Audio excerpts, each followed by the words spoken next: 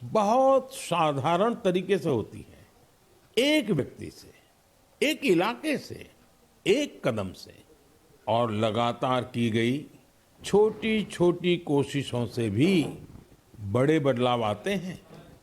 पश्चिम बंगाल के कुछ बिहार के रहने वाले बेनोय दास जी का प्रयास इसी का उदाहरण है। पिछले कई वर्षों से उन्होंने अपने जिले को हरा भरा बनाने का काम अकेले दम पर किया है। बेनोय दास जी ने हजारों पेड़ लगाए हैं। कई बार पौधे खरीदने से लेकर उन्हें लगाने और देखभाल करने के सारा खर्च खुद ने उठाया है। जहां जरूरत पड़ी वहां स्थानीय लोगों, छात्रों और नगर निकायों के साथ मिलकर काम किया। उनके प्रयासों से सड़कों के किनारे हरियाली और बढ़ गई है। बड़े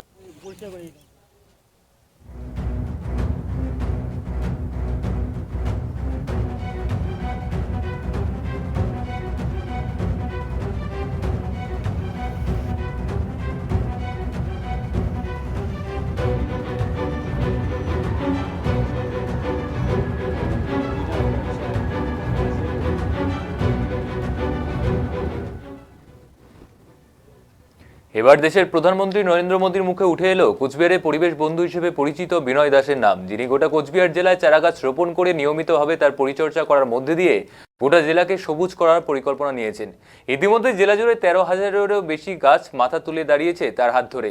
এছাড়া নদীর চরে 5টি লঘুবন তৈরি করেছেন তার হাত ধরেই তৈরি হয়েছে। প্রতিদিন ভোর 6টা থেকে সকাল 9টা পর্যন্ত এই চারাগাছ রোপণ ও গাছের পরিচর্যা করেন তিনি। গাছ লাগানোর জন্য একাধিক যন্ত্র কিনেছেন নিজের টাকায়। তিনি যেমন গাছ লাগান তেমনি বেশ কিছু স্বেচ্ছাসেবকও তৈরি করেছেন যারা তাকে এই কাজে সাহায্য করেন।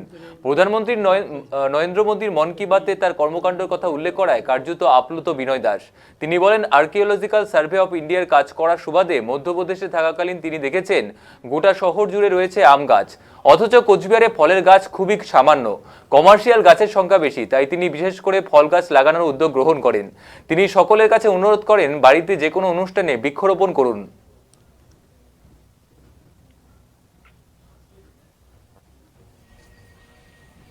মন কি বাতে কোচবিহারের আপনার নাম বলেছেন প্রধানমন্ত্রী, এই যে গাছ মানে বৃক্ষরোপণ এবং তার পরিচর্যা, কি বলবেন, কেমন লাগছে? আমাদের সৌভাগ্য, কুচবিহার একটা ছোটো জায়গা, এই জায়গায় ভারতবর্ষের প্রধানমন্ত্রী নাম নিয়েছেন, এটা গর্বের বিষয়। আমরা একটা ছোট্ট প্রয়াস শুরু করেছি কুচবিহারের বুকে সবুজায়ন করার জন্য, সে প্রচেষ্টা চালাচ্ছি। সেই প্রচেষ্টা উনি মনে করেছেন, এই জন্য ধন্যবাদ প্রধানমন্ত্রীকে। এবং কুচবিহারবাসীর একটা গর্ব যে আমাদের কথা প্রধানমন্ত্রী খবর রাখেন, এটা একটা গর্বের বিষয়।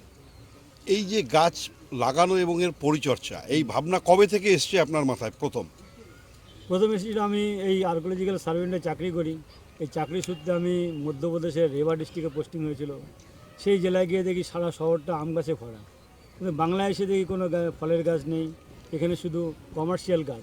সেই তখনই মনে মনে সংকল্প নিয়েছিলাম যে বাংলার যে শরৎচন্দ্র বলেছেন যে বঙ্গ সংস্কৃতির গাছ আম, জাম, কাঁঠাল, লিচু, এই গাছ বেশি করে রোপণ করব। সে দেখতে পাবেন কুচবিহারের এভিনশিলি কলেজের পাশ দিয়ে জ্যাকফ্রুট স্ট্রিট তৈরি করে ফেলেছি আমরা 200টা কাঁঠাল গাছ লাগিয়ে। আর্মি বাজারের দিকে তো সমস্ত ফল ফুলের গাছে বেশি লাগিয়েছি। এই পিছনে দেখতে পাবেন লাইন করে সমস্ত কাঁঠাল গাছ লাগিয়েছি আমরা, মানে কয়েকশো কাঁঠাল গাছ। আগামী দিনে 5 বছর পরে কুচবিহারের মানুষের বিনা পয়সায় কাঁঠাল খেতে পারবে, তাকে বাজারে কিনতে পারবে মনে করি, এত কাঁঠাল লাগিয়েছি আমরা। এবং আমরা নদীপক্ষে 5টি ফরেস্ট বানিয়েছি, স্মল ফরেস্ট, কম পয়সায় কম পরিশ্রমে, যে সমস্ত গাছ গরু খায় না, যেমন জারুল, খয়ার, শিশু, তারপরে হচ্ছে ছাতিম, যে ছাতিম পশ্চিমবঙ্গের জাতীয় বৃক্ষ। এই বৃক্ষকে অনেকে জানে না, এই বৃক্ষকে আমাদের কুচবিহারের কিছু কিছু লোক ভূতপ্রেত থাকে বলে কেটে দেয়, কিন্তু সেই বৃক্ষকে যত্ন করা উচিত। রবীন্দ্রনাথ ঠাকুরের প্রিয় বৃক্ষ ছাতিম বৃক্ষ, পশ্চিমবঙ্গের জাতীয় বৃক্ষ। এই বৃক্ষ আপনি বীজ ছিটিয়ে দিলে আপনি আপ হয়ে যায়, গরু ছাগলে ডিস্টার্ব করে না, আপনি আপ সুন্দর হারাভরা থাকে, প্রচুর প্রাণবায়ু দেয়। এই বৃক্ষকে বাঁচানো উচিত। এই এখন অবধি আপনারা মোটামুটি কত গাছ রোপণ করেছেন? এবং 13,000 বৃক্ষ রোপণ করেছি আমরা। আর নদীর চরে যে সমস্ত বীজ ছিটিয়ে গাছ লাগিয়ে সেগুলো আনকাউন্টেবল, সেগুলো গণা যায় না, অনেক হাজার হাজার বৃক্ষ হয়েছে। এই যে আপনার যে কাজ করছেন, সেই কাজ করতে গিয়ে কিছু তো প্রতিকূলতার সম্মুখীন হতেই হয়, সেরকম কিছু অভিজ্ঞতা বলবেন? হ্যাঁ, সে অনেক অভিজ্ঞতা। মানুষ প্রতি মুহূর্তে আমাদের বাধা দেয়। আমার বাড়ির সামনে আমার ছোট নাতি বড় হবে, সে দোকান করবে, আজই আর গাছ লাগানো যাবে না। সে নাতি বড় হবে, সে 30 বছরের চিন্তা আজ করছে, সে গাছ লাগাতে দিচ্ছে না। এটা গাছ তো কোনোদিন চিরস্থায়ী না, গাছ আজকে লাগাবেন, আগামী দিনে গাছ সরিয়ে অন্য জায়গায় লাগানো যেতে পারে, একটা গাছ কাটলে 10টা গাছ লাগানো যেতে পারে। সে বর্তমান পরিস্থিতিতে আজকে অক্সিজেন যে ক্রাইসিস, এখনই প্রচুর ব্যাপকভাবে বৃক্ষরোপণ করা উচিত।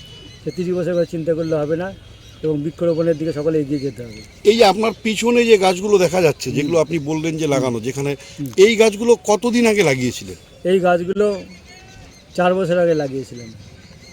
4 বছরে এমনি একটা আইডিয়ার জন্যই আমরা জিজ্ঞেস করছি, এই একটা গাছ 4 বছরে যেই জায়গায় এসছে, এই যে পরিচর্যা আপনারা করেছেন, হ্যাঁ। তাতে মোটামুটি এক একটা গাছের পিছনে কত টাকা খরচ হয়?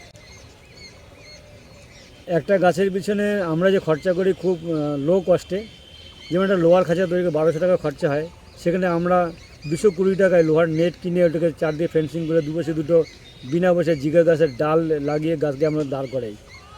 বাঁশের খাঁচা, যে আজকে দেখা যাচ্ছে পৌরসভা, কুচবিহার পৌরসভা বাঁশের খাঁচা লাগিয়ে গাছ রোপণ করছে, এটা ভুল ধারণা।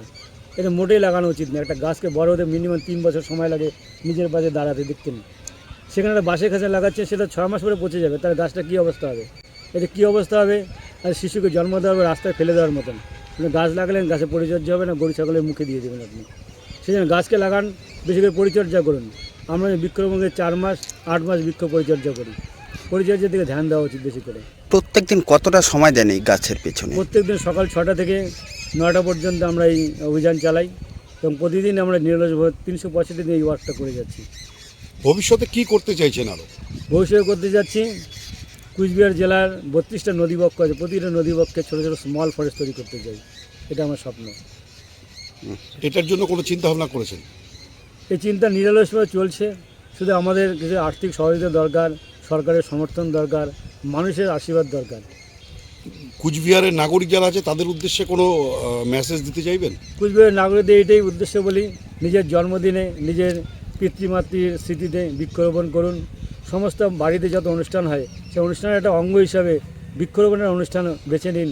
আপনি যে বিবাহ করছেন তার উপলক্ষে 10টি গাছ লাগালেন, এরকম প্রতিটা মানুষ নিজের দৈনন্দিন জীবনের উৎসবের সাথে গাছকে বৃক্ষরোপণের উৎসব আপন করে নিন, তো বৃক্ষরোপণ তেজ হয়ে যাবে বৃক্ষরোপণ।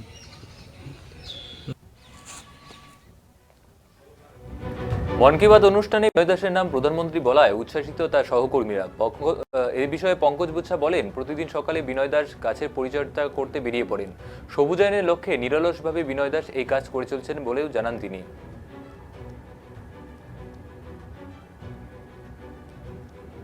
আজকে প্রধানমন্ত্রী নরেন্দ্র মোদী তিনি মন কি বাতে তার প্রশংসা করেছে এই গাছ লাগানো নিয়ে।